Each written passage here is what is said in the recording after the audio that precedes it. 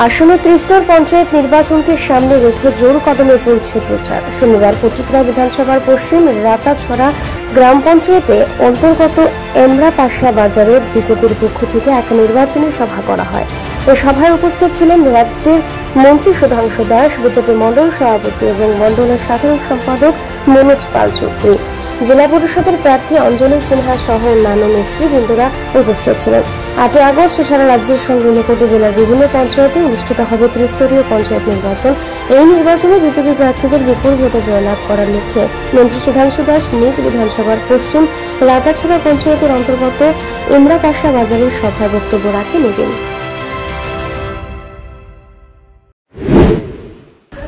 2022 সালে বিধানসভায় আমি তখন বিধায়ক হিসেবে একটা প্রশ্ন আমি বিধানসভায় রাখি যে 1993 সাল থেকে 2018 সাল পর্যন্ত বামপন্থীদের সরকারে কত মানুষকে গড় দিয়েছে তার হিসাব দিন।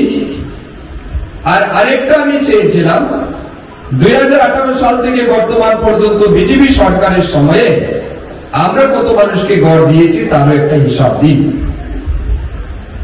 বিধানসভায় পঞ্চায়েত মন্ত্রী উত্তর দিলেন ইন্দিরা গান্ধী আবাস যোজনা আর 14 থেকে 18 প্রধানমন্ত্রী আবাস যোজনা, এই দুই যোজনা মিলে বামপন্থীরা গড়ের স্যাংশন এনেছিল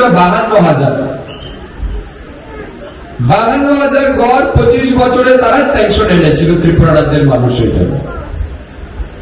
এই 52,000 গড়ের মধ্যে থেকে 2,240 জনের গড়ের নাম গড়ের তালিকা থেকে বাদ দেওয়ার জন্য তৎকালীন যিনি বামপন্থীদের পঞ্চায়েত মন্ত্রী ছিলেন মানিক দে, তিনি প্রস্তাব পাঠালেন দিল্লিতে কংগ্রেসের সরকার, পঞ্চায়েত রাজ মিনিস্টার